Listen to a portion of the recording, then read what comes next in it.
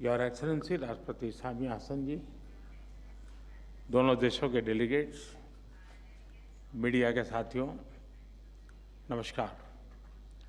सबसे पहले मैं राष्ट्रपति और उनके डेलीगेशन का भारत में स्वागत करता हूं। तंजानिया के राष्ट्रपति के रूप में ये उनकी भारत की पहली यात्रा है, किंतु वे भारत और भारत के लोगों से लंबे अरसे से जुड़ी हुई हैं। भारत के प्रति उनका यह लगाव और प्रतिबद्धता हमें हर क्षेत्र में हमारे संबंधों को और मजबूत करने के लिए प्रेरित कर रहे हैं। अफ्रीकन यूनियन के G20 में स्थायी सदस्य के रूप में जुड़ने के बाद पहली बार हमें किसी भी अफ्रीकन हेड ऑफ स्टेट का भारत में स्वागत करने का अवसर मिला है।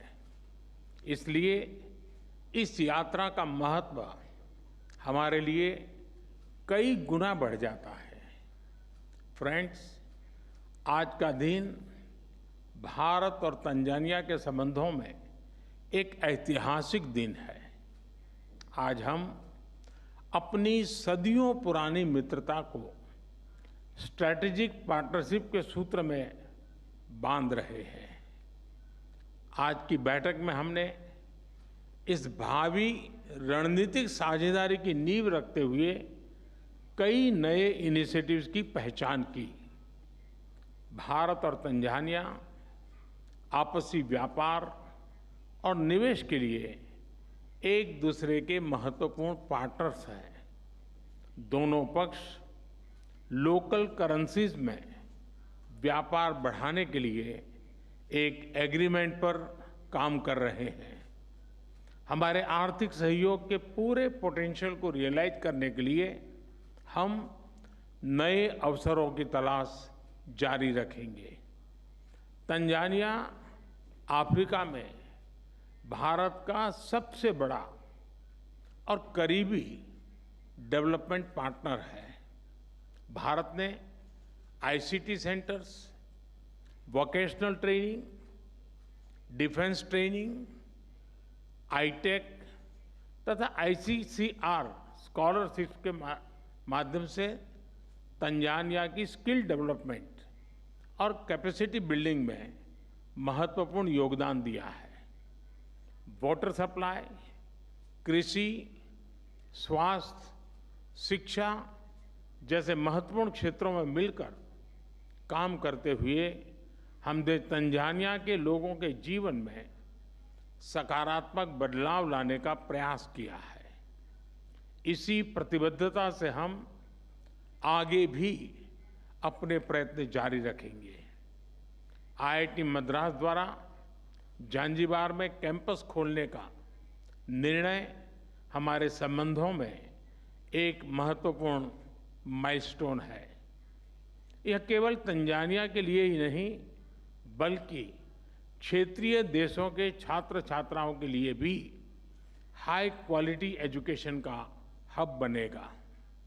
दोनों देशों की विकास यात्रा का एक बड़ा आधार टेक्नोलॉजी है। आज डिजिटल पब्लिक गुड्स शेयरिंग पर हुए समझौते से हमारी साझेदारी को बल मिलेगा।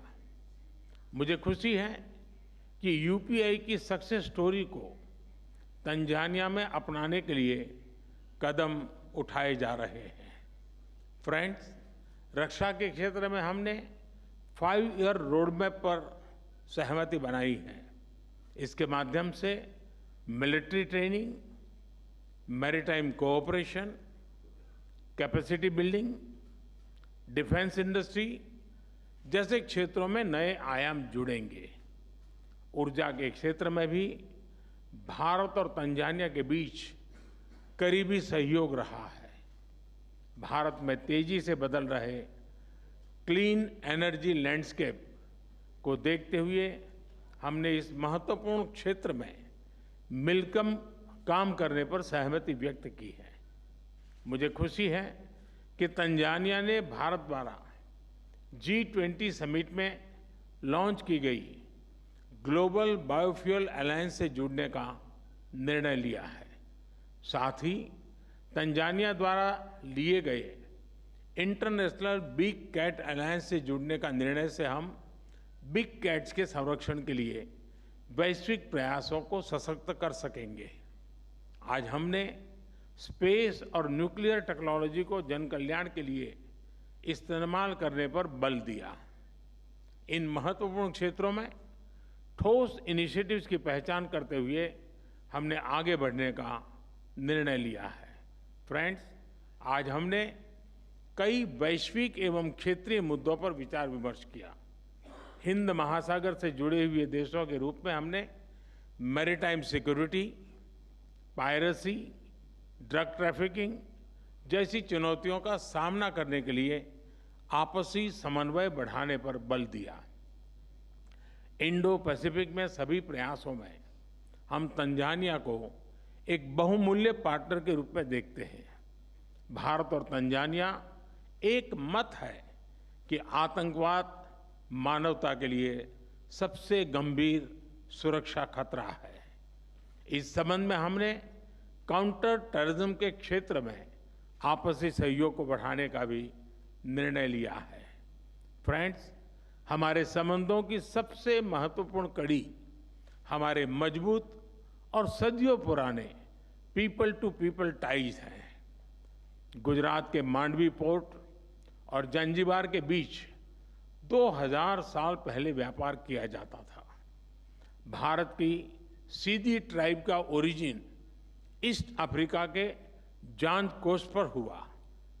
आज भी बड़ी मात्रा में भारत के लोग तंजानिया को अपना दूसरा घर मानते हैं। उनकी देखरेख के लिए तंजानिया से मिल रहे समर्थन के लिए मैं राष्ट्रपति हसन को हृदय से आभार व्यक्त करता हूं। योग के साथ साथ कबड्डी और क्रिकेट की पॉपुलैरिटी भी तंजानिया में बढ़ रही है।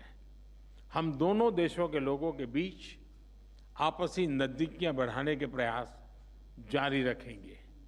एक्सेलेंसी, एक बार फिर आपका और आपके डेलीगेशन का भारत में स्वागत है। बहुत बहुत धन्यवाद।